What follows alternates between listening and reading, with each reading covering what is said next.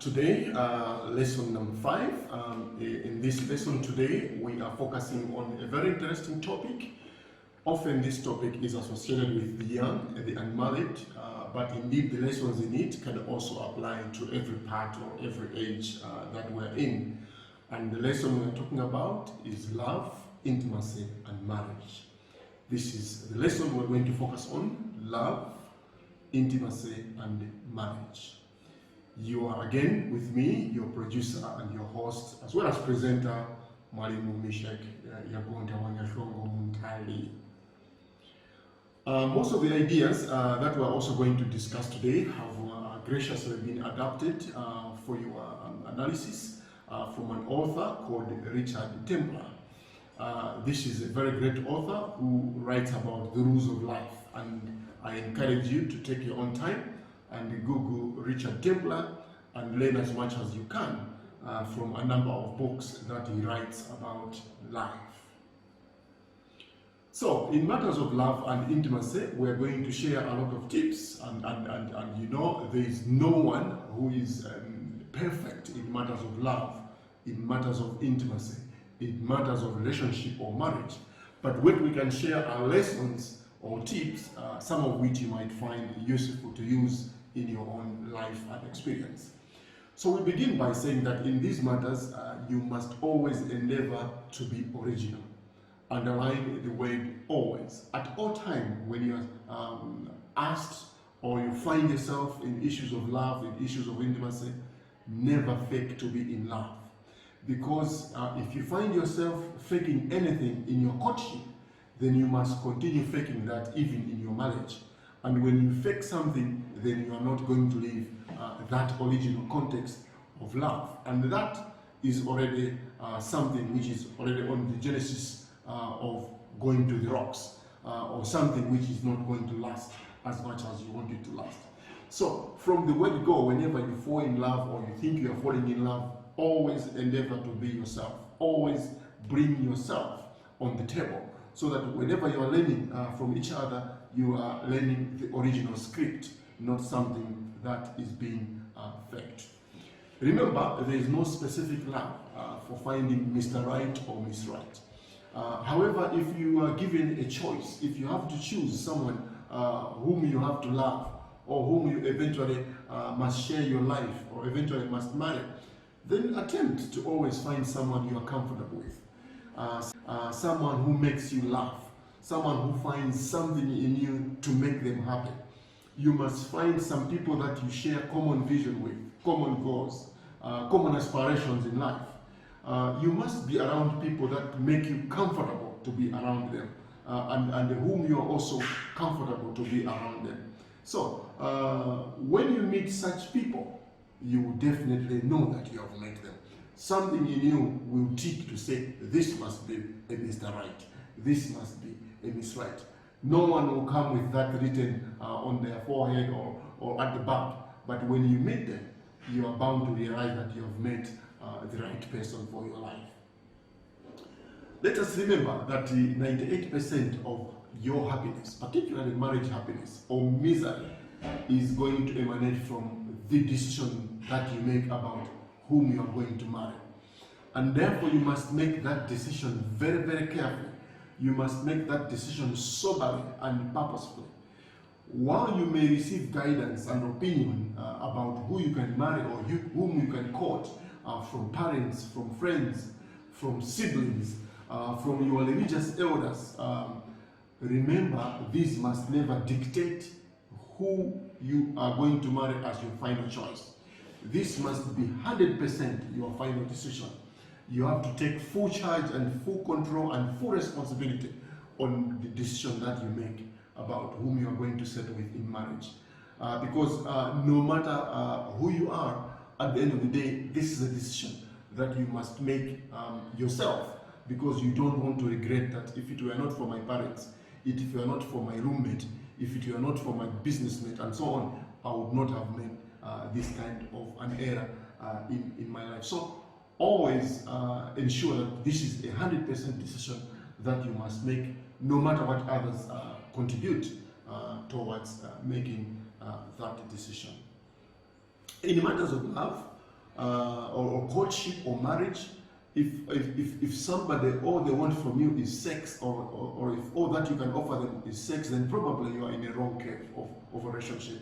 You must sometimes, not sometimes, you must go for some people that show great respect, great care, great love, and great commitment to your personality, to your total personality. They must not just be hooked in a small part of you, and then that might go towards abuse. But in a broader context of talking about love and intimacy, you must go for things that are priceless, things of care, things of things of respect, things of commitment, things of trust. These are things that must occupy a greater portion of how you make this decision. So this is very important, that while sex plays an important role, but you must also look at the bigger aspects of things that you must hold on in matters of love.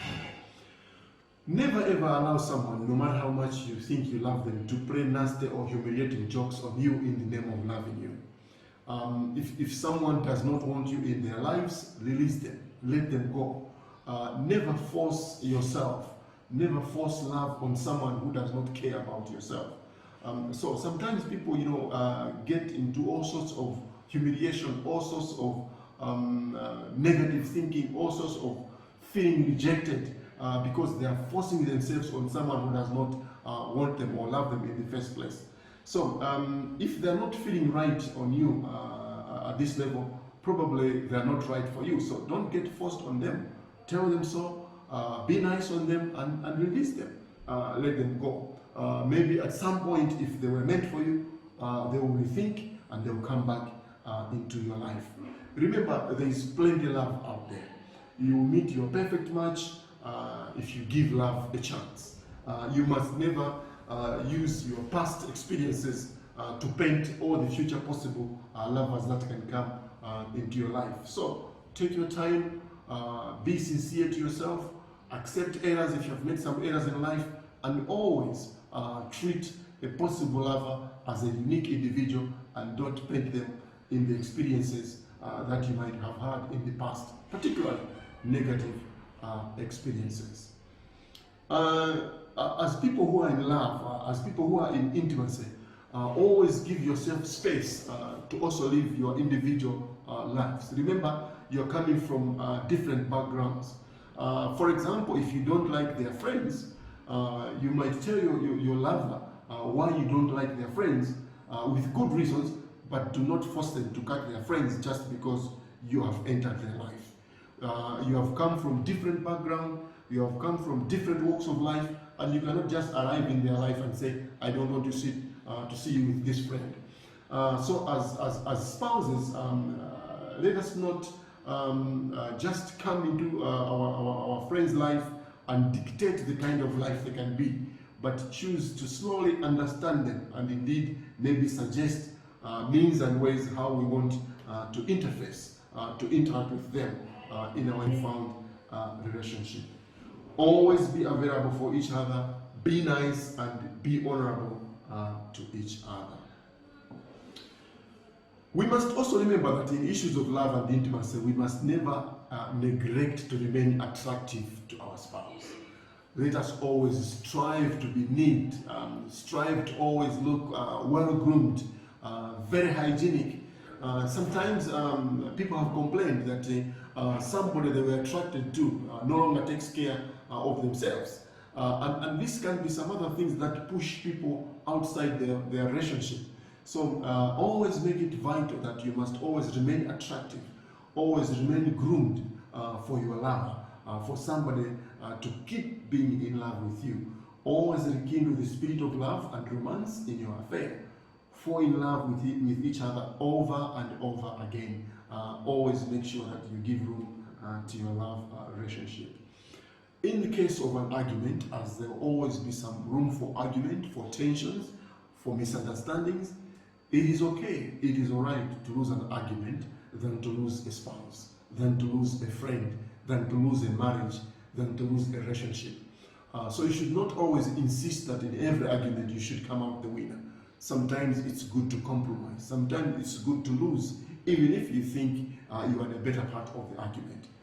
Be willing to listen, be willing to adjust, and be willing to compromise. You may always win an argument, but eventually lose out your lover of life. And this can be a source of regret, and many others have regretted before. Also remember to share family responsibilities according to your natural talents within the family. Don't dump everything on your spouse. If you can support in financial aspect, support that part.